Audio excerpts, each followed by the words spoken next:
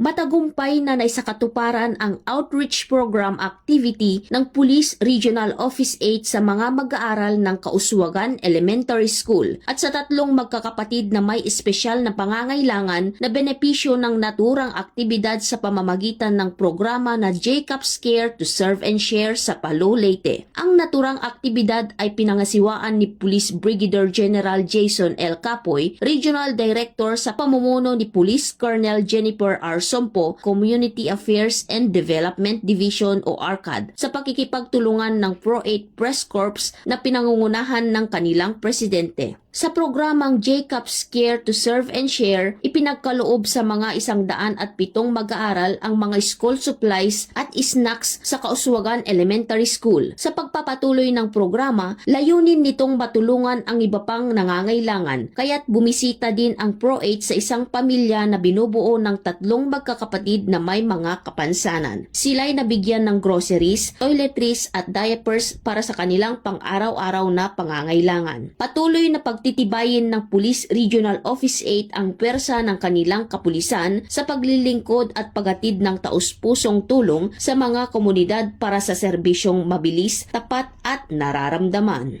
Mula dito sa Eastern Visayas, ako ang inyong PNN correspondent, Patrolwoman Palafox, alagad ng batas, tagataguyod ng Balitang Pulis.